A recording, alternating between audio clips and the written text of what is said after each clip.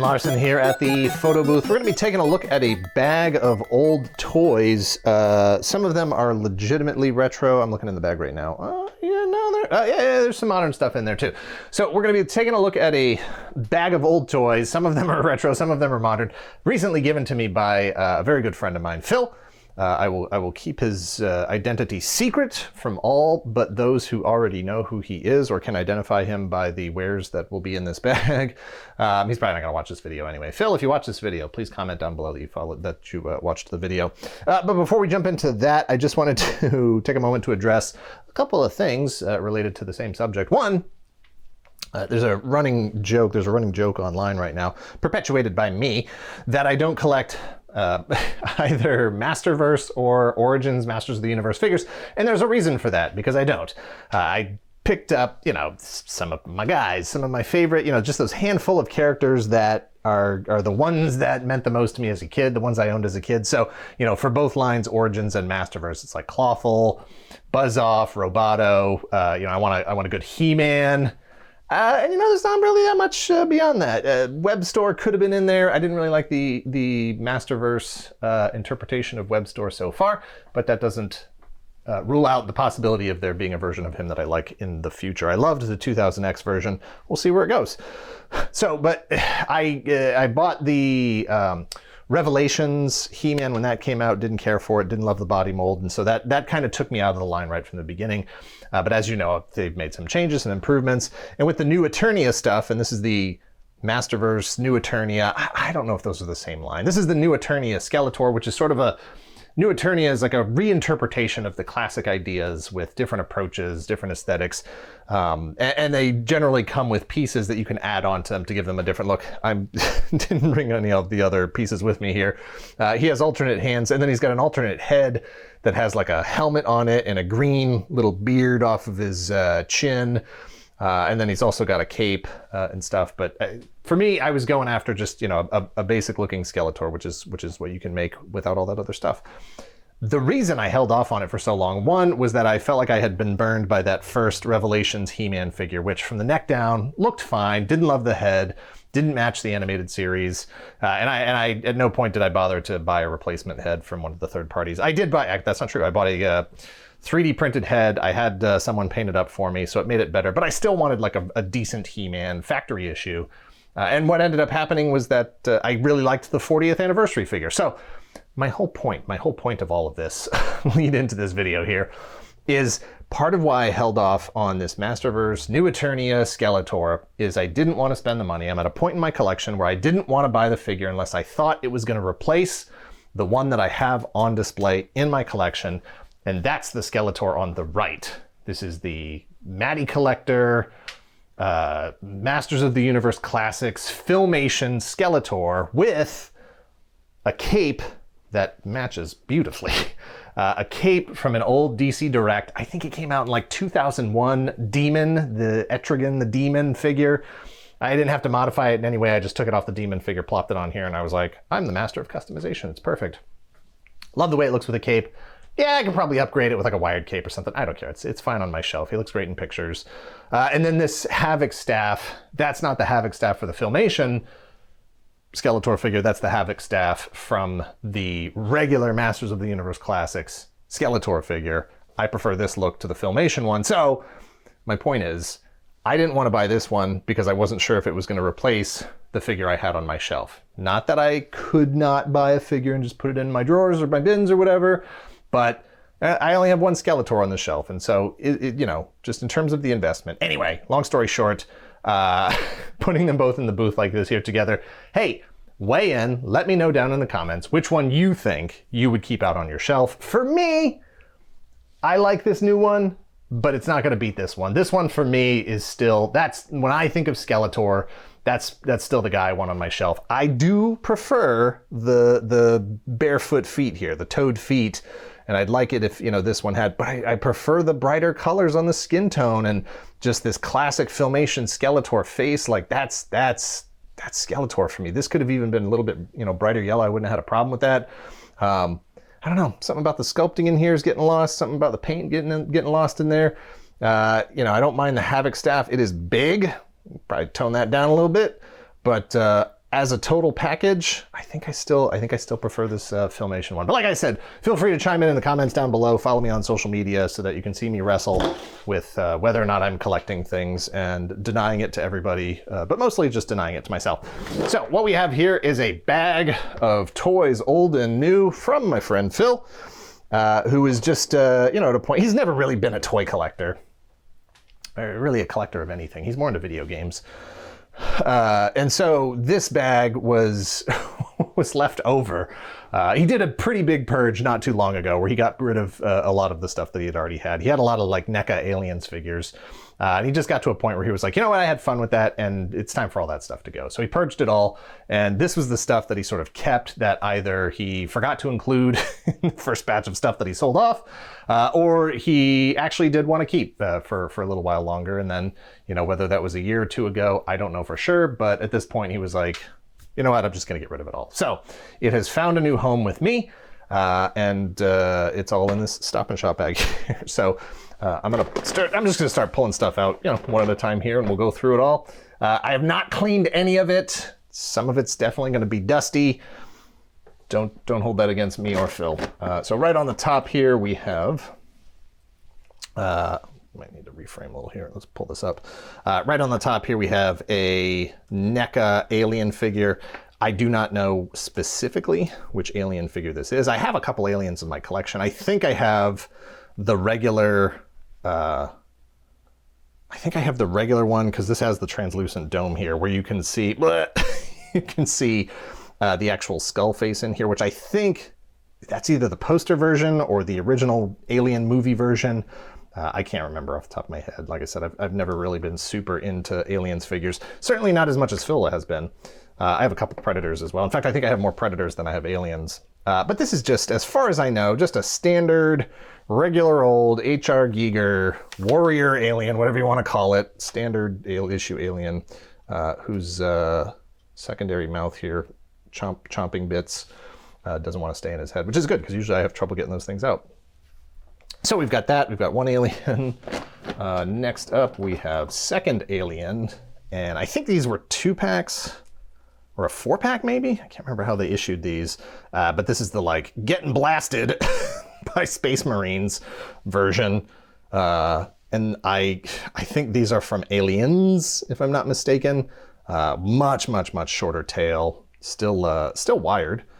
And all the same articulation, all the same gorgeous detail in paint. I don't know if this one's secondary mouth in here. Oh yeah, it does. Well, that mouth works.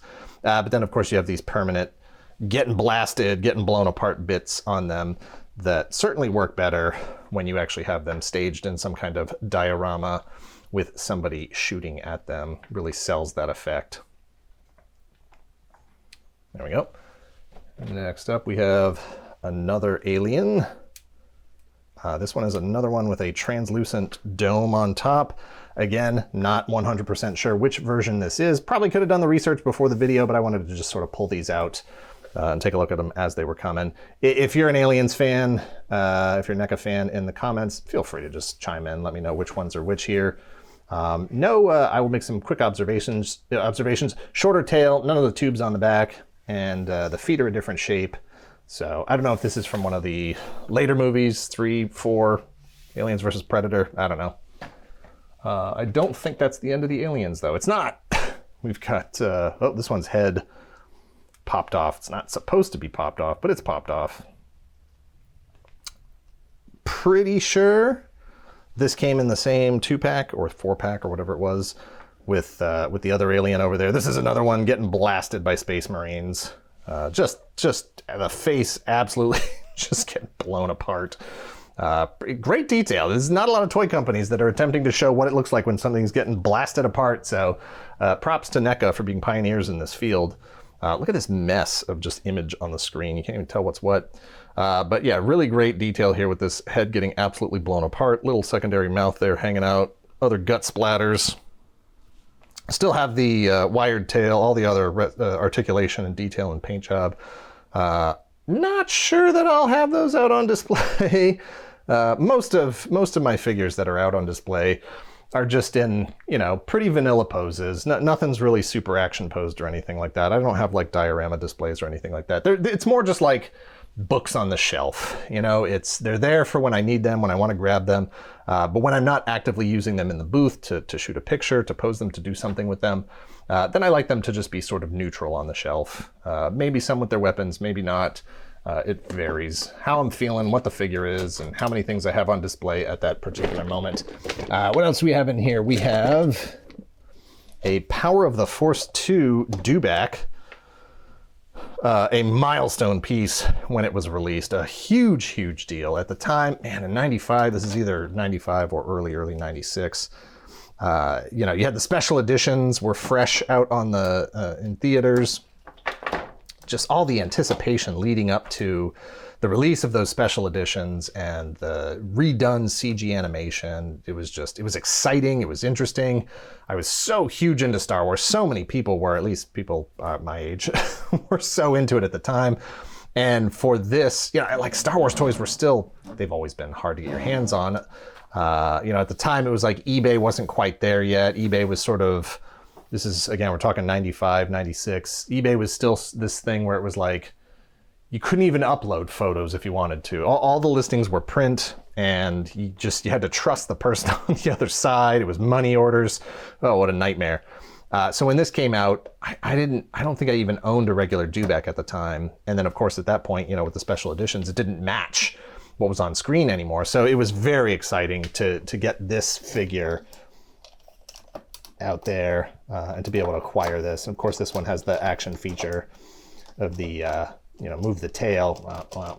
And the original one had an action feature too. So this is sort of a callback to that, where, you know, the original one, you move the tail and the head turn left and right. A little bit different here because you had the Stormtrooper on the original one plugged into the back so that the legs were inside of the figure. This one, the new figure actually has joints. Might be in the bag, we'll see. Just a lot more detail on this. The head lifting up, the jaws opening up. Just a really, really, really nice figure. And then similarly, I was just as excited when Black Series started in 2013, and then the Dewback and Rider came out, and Sand Trooper came out for that. I don't remember exactly what year. It was probably like 2015 or 2016, somewhere around there. But when that came out, similarly excited. I've always been a huge fan of the Dewback and the Sand Trooper. The 12-inch Star Wars figures, the deluxe figures from that era, you know, late 90s into early 2000s. I had that Dewback, so the 12-inch scale Dewback with the 12-inch scale Sand Trooper that used to stand on my fridge in my first apartment.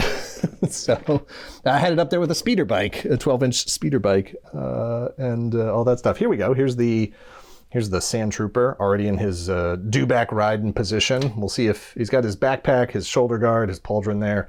We'll see if the blaster that plugs into his into the hole. There's a hole right on his backpack here. There's a hole right here that the long rifle plugs into. Oh, he's so dusty. He's dirty. He's been out on the trail. He's been out looking for rebels. So that's all that is. And then he's got that pike, that sort of steering, jabbing pike javelin. I don't know what it's supposed to be. We'll see if that's in here too. But next up, I'm moving things out of the way here. We have G1 Jetfire, which is a little bit of a left turn from all the other stuff that's in here. This is in really, really good shape. Clearly it has stood on a shelf for a very long time. A little bit of yellowing, got some yellowing on the back here. You can tell, you know what, you can tell how it was standing. It was not in jet mode, it was definitely in robot mode.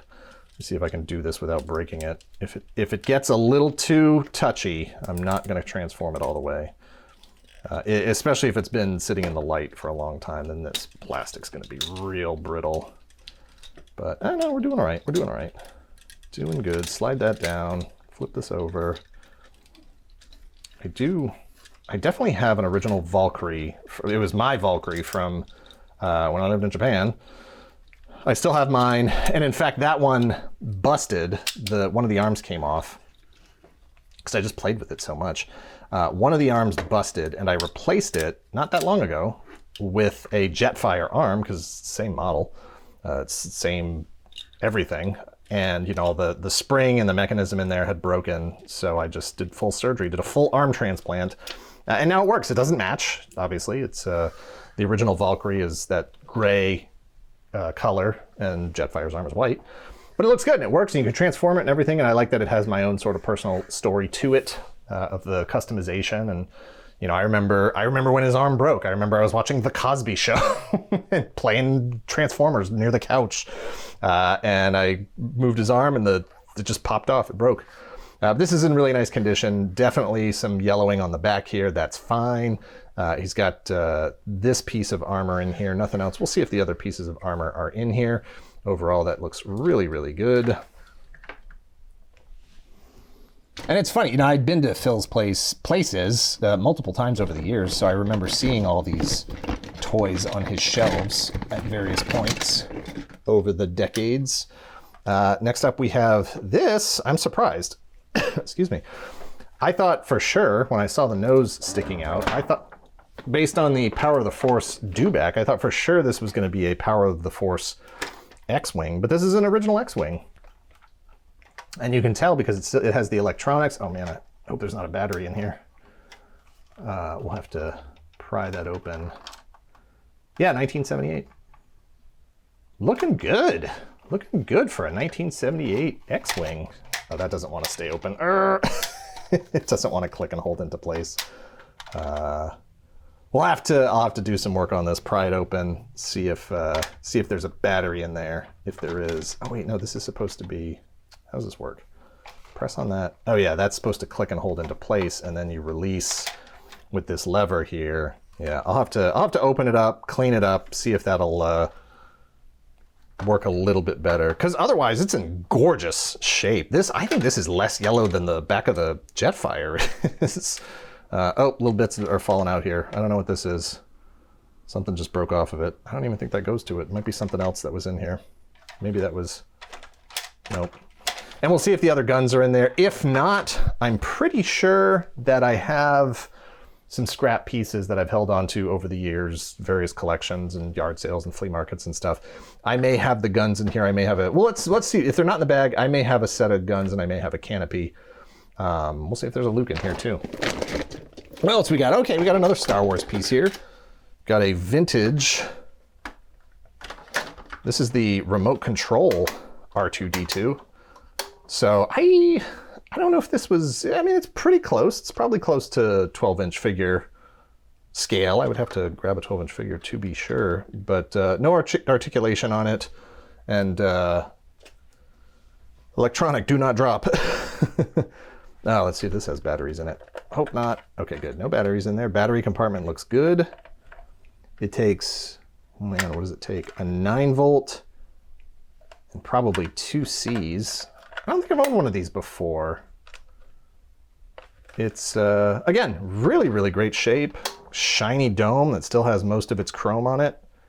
And the blue still looks good. It's not really that dirty. It's not really that yellowed. No more than, say, you know, if it was actually a space droid living in space with carbon scoring and, you know, everything else. We'll see if the remote's in there. I don't know if it is. And then, of course, I'll have to test it at some point just to see if it actually powers up with just by itself. Turn it on, see what happens. All right, next up we have, oof, look at this big boy. Look at this big boy. We have an original, I'm just gonna say an original Voltron. Hard to say which version of this is. I'm gonna guess, knowing Phil the way I do, I'm gonna guess this was probably, I don't know if this was his childhood. I don't know if any of this is his childhood stuff. I'm gonna assume this was probably childhood. This is probably childhood. The aliens are obviously adulthood. His original, and they're probably his originals. But I'm not sure about Voltron. I'll have to ask him if this was his as a kid because it's in really, really great shape, like gorgeous condition here. Almost no issues with it whatsoever. It looks like one of the wings on the back here is busted. Has a little bit of a scotch tape repair there. The tail is snapped. Missing one head. And so, okay, this says Go Lion. Toei Go Lion. That would surprise me if this was actually not just the regular Matchbox. You know how we can tell? I think if we... Okay, yeah, the mechanisms to fire Because when they were released in the US, the mechanisms to fire the missiles here were removed. I think early versions might have had them. Oh yeah, no button here, no button here. The springs, the firing mechanisms are all gone there. I'm guessing there's no button on the top of the blue Lion here. So you can still open those compartments, but the missile firing things are actually gone. Yeah, no buttons for the black Lion here. Okay, so that at least gives us a sense of roughly what this is. This is most likely one of the Matchbox releases. I don't know off the top of my head if the Matchbox releases kept the Go Lion stickers, so it might be a transitional piece. Either way, doesn't matter. Absolutely gorgeous condition. My childhood Go Lion, Voltron, whatever, long since lost and destroyed. When we moved back from Japan as kids, my brother and I became very popular on the school grounds during recess because I would bring all of my incredibly heavy die-cast transforming Japanese robots to school. So we're talking 1984, 83, 84, and I'm hauling Voltron and the robot from Golgu 5 and Sun Vulcan and Gundam and, my Valkyrie and all of that other stuff. I'm just cramming that stuff into my backpack. My mom must have been wondering what the heck I was doing taking stuff to school. My backpack had to have weighed 25 pounds, and just all the stuff was getting broken and cracked and chipped. And at recess, I would be like, who wants to be the blue Lion? Who wants to be the yellow Lion? And then 5 kids would go play in different directions. And thankfully, all the stuff came back, but inevitably it was all busted and whatever. So always nice to see people who were more responsible with their toys. We had fun. We played. The popularity had lasted as long as recess. And then everybody went back to ignoring me. So here I am doing this. Molded by my experiences. But this is in really nice shape. We'll see if the Green Lion's head is in here. And then, this wing is totally just busted right in half. I'll see if I can put a better fix on that than a piece of Scotch tape. We have, I don't want to grab that. Well, yeah, let's grab this. We've got another Voltron. Oh, we've got another Voltron. And this is an interesting one because this is not the version. So this is a version that has cockpits for action figures. Let go, Green Lion. Take this out of your mouth here if I can. So it's not the Panache Place one that has cockpits for figures, because on those, the Lions are all weird shaped and they fit the 3 3/4 inch action figures. This is for little micro figures, which I think there were actual little figures that plugged in there. So yeah, this is much later on. This is it says 84, 98 World Events Productions. So yeah, this was released around the same time as that Power of the Force dewback. Let's see if, as far as I know though, it transforms exactly the same way as the other one does. This shoots out. The head, minor modifications to the look and the styling to accommodate cockpits and whatnot, I think. Oh, okay, yeah, there's the tiny little minifigure there. I don't know if this was for Voltron Force or just a re-release to celebrate, or a release to celebrate the re-release of the original cartoon. Not sure. I'll have to watch our Voltron video to clarify that part of it. Yellow Lion here. Look at this stubby little tail. Oh, what a weird... I've never had this one before, so I've never seen this connecting mechanism here where the tail plugs in.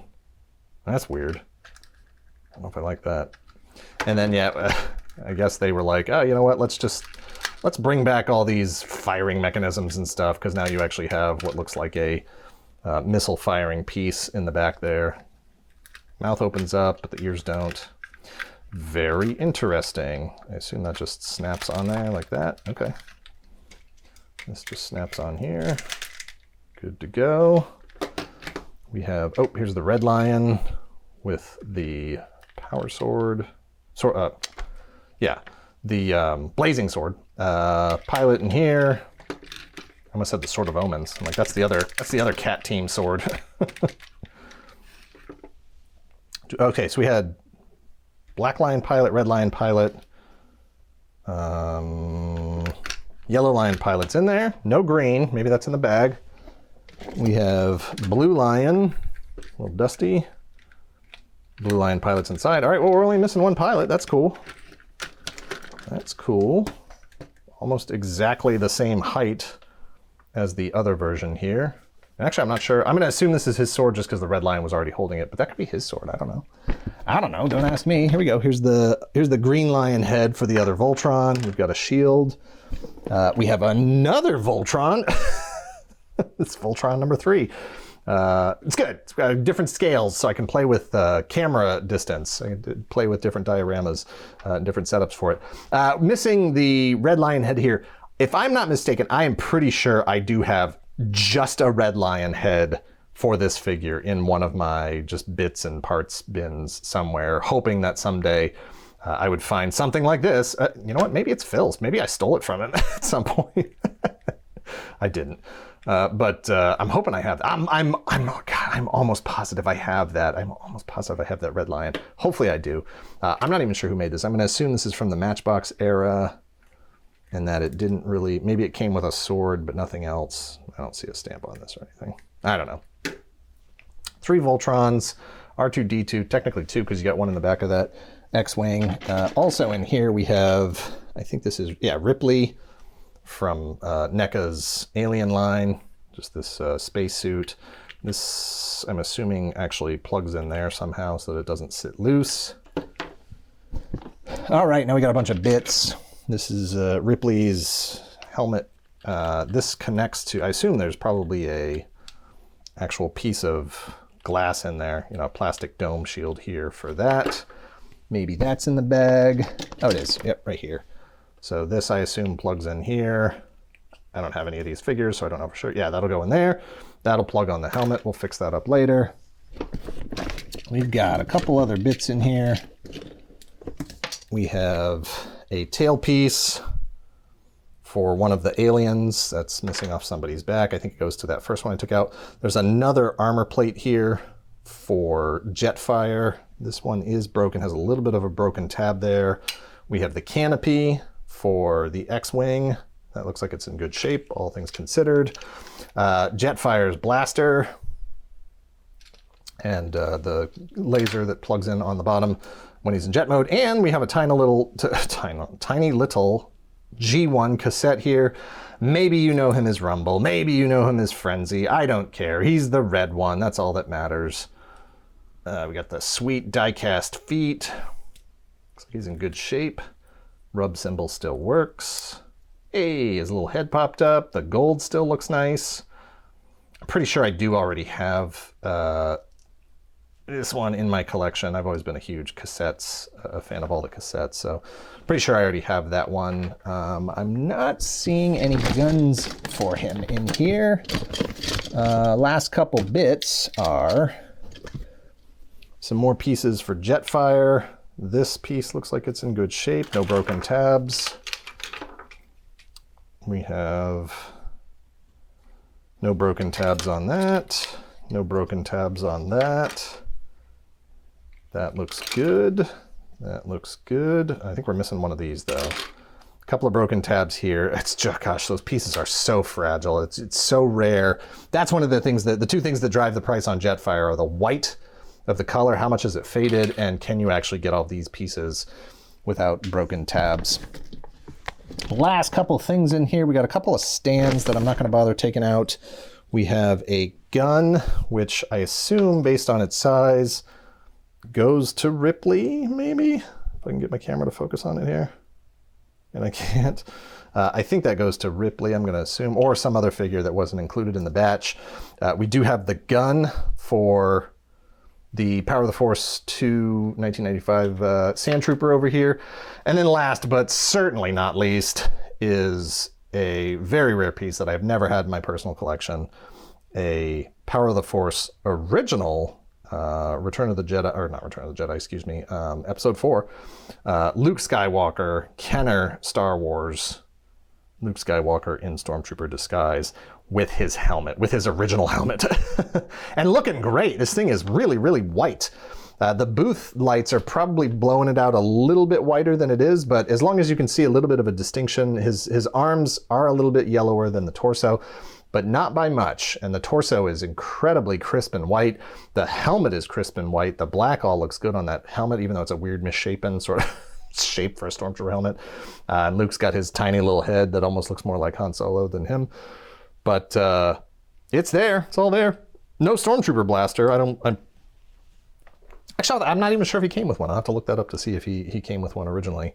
But what an incredible figure to have included this. All of this stuff is amazing. An incredibly generous gift from my friend Phil.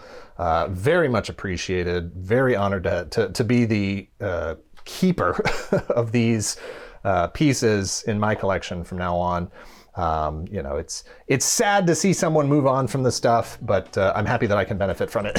So I'll make sure that I shepherd these things through the next several years until it's time for me to move on from them. So thank you to Phil again. Thank you for watching this. Please let me know down in the comments below which Skeletor you think I should have on my collection, or just which one you think you like the most, because I'm going to put whichever one I want on my wall anyway, regardless of what you happen to log in with. In the comments. Thanks for watching this. Please check out our other channel, our main channel, Secret Galaxy, if you haven't already. Subscribe over there, subscribe over here. Let me know down in the comments. Let me know down in the comments. And thanks for watching. Later.